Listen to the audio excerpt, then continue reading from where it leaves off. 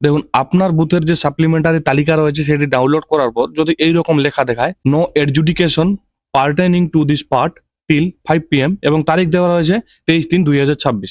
এটি কেন দিচ্ছে বা এই লেখাটি কি জন্য আসতেছে বা আপনার বুথের যে সাপ্লিমেন্টারি তালিকা রয়েছে সেটি ওপেন করার পর বা সেই পিডিএফটি ওপেন করার পর এই লেখাটি কেন আসতেছে বিস্তারিতভাবে জানবো আজকের এই ভিডিওতে।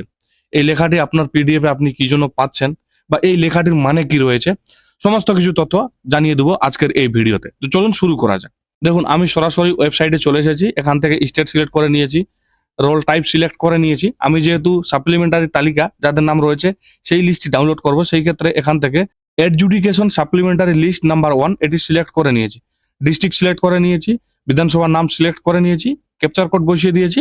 এরপর আমি আমার বুথের নাম সিলেক্ট করব, যে বুথের লিস্ট আমি ডাউনলোড করব।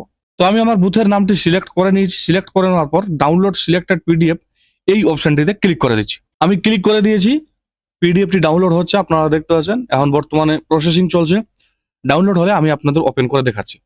আমি পিডিএফটি ডাউনলোড করে নিয়েছি, আপনারা দেখতে পাচ্ছেন পিডিএফটি কিন্তু ডাউনলোড হয়ে গেল। যাদের নাম সাপ্লিমেন্টারি তালিকায় রয়েছে তাদের নাম কিন্তু এই তালিকায় রয়েছে। এবার আমি কিন্তু ডাউনলোড করে নিতে পারলাম, আমার বুথের যে সাপ্লিমেন্টারি তালিকা রয়েছে সেটি কিন্তু আমি ডাউনলোড করে নিলাম। যাদের নাম রয়েছে তাদের নাম কিন্তু আমি এখানে দেখতে পাচ্ছি। তবে হয়তো আপনি যখন আপনার বুথের যে লিস্ট রয়েছে বা সাপ্লিমেন্টারি তালিকা রয়েছে সেটি যখন ডাউনলোড করছেন তখন কিন্তু আপনি এমনটা দেখতে পাচ্ছেন। তো কি জন্য আপনি এমনটা দেখতে পাচ্ছেন সেটির কারণ হলো আপনার যে বুথ রয়েছে সেই বুথের যে সমস্ত ভোটার রয়েছে যাদের নাম আন্ডার এডজুডিকেশনে ছিল তারা এখনো বিচারাধীনে রয়েছে বা তাদের কোনো সিদ্ধান্ত এখনো নেওয়া হয়নি। বা মনে করেন আপনার বুথের যে সমস্ত ভোটার রয়েছে যাদের নাম আন্ডার এডজুডিকেশনে ছিল তাদের যে ডকুমেন্ট সেই ডকুমেন্টগুলি এখনো দেখেননি বা ভেরিফাই করা হয়নি। তাই আপনার বুথের যে লিস্ট রয়েছে বা তালিকা রয়েছে সেটি এখন পর্যন্ত পাবলিশ করা হয়নি বা দেওয়া হয়নি। যাদের ক্ষেত্রে পিডিএফ ওপেন করার পর এই লেখাটি দেখতে পাচ্ছেন, আপনি মনে করবেন যে 23/3/2026 তারিখ পর্যন্ত আপনার বুথের ভোটারদের কোনো ডকুমেন্ট ভেরিফিকেশন করা হয়নি বা কোনো বিচার করা হয়নি বা কোনো সিদ্ধান্ত নেওয়া হয়নি। যে সমস্ত বুথের সিদ্ধান্ত নেওয়া হয়েছে বা বিচার করা হয়ে গেছে বা ডকুমেন্ট দেখা হয়ে গেছে সেই সমস্ত বুথের সাপ্লিমেন্টারি তালিকা প্রকাশ করে দিয়েছেন বা সাপ্লিমেন্টারি তালিকা পাবলিশ করে দিয়েছেন। এবার প্রশ্ন হলো, এই যে সাপ্লিমেন্টারি তালিকা প্রকাশ করা হয়েছে এই তালিকায় যদি আপনার বুথের যে তালিকা রয়েছে সেটি যদি প্রকাশ না করা হয় বা আপনি যদি আপনার বুথের সাপ্লিমেন্টারি তালিকা ডাউনলোড করার পর এমনটা দেখতে পান তাহলে আপনি কি করবেন বা আপনার কি করণীয়, কবে আপনি আপনার বুথের তালিকাটি পাবেন বা সাপ্লিমেন্টারি লিস্ট পাবেন?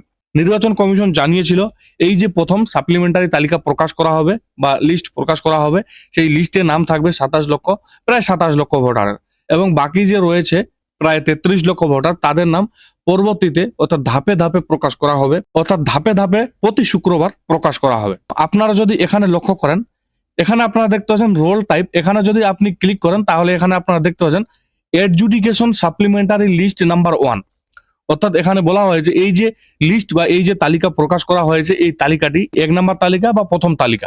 এরপর আবারও তালিকা প্রকাশ করা হবে। যখন তালিকা প্রকাশ করা হবে বা দ্বিতীয়বার যখন তালিকা প্রকাশ করা হবে তখন আপনি এই রোল টাইপের এখানে একটি অপশন পেয়ে যাবেন এডজুডিকেশন সাপ্লিমেন্টারি লিস্ট নাম্বার 2। এরপর আপনি আরেকটি অপশন পাবেন এডজুডিকেশন ডিলেটেড লিস্ট নাম্বার 2, এইরকম আপনি অপশন পাবেন। যেহেতু এখানে নাম্বার 1 দেওয়া রয়েছে, যতবার লিস্ট প্রকাশ করবে বা যতবার সাপ্লিমেন্টারি তালিকা প্রকাশ করা হবে ততবার কিন্তু এখানে নাম্বার দেওয়া থাকবে, 1 নাম্বার 2 নাম্বার 3 নাম্বার এভাবে কিন্তু দেওয়া থাকবে। আশা করছি বিষয়টি আপনাদের ক্লিয়ার করতে পেরেছি বা ক্লিয়ার করতে পারলাম। যদি ভিডিওটি ভালো লেগে থাকে তাহলে অবশ্যই ভিডিওটিতে একটি লাইক দিবেন এবং যদি কিছু জানার থাকে বা যদি কিছু জানতে চান তাহলে অবশ্যই কমেন্ট বক্সে জানাবেন। পাশাপাশি চ্যানেলে নতুন হলে অবশ্যই চ্যানেলটিকে সাবস্ক্রাইব করে পাশে থাকা বেল আইকনটি ক্লিক করে রাখবেন পরবর্তীতে এইরকম তথ্যমূলক ভিডিও পেতে। তো আজকের মতো এখানে সমাপ্তি করলাম, দেখা হচ্ছে আবার কোনো নতুন একটি ভিডিওতে। ততক্ষণে সুস্থ থাকবেন, নিরাপদে থাকবেন, ধন্যবাদ।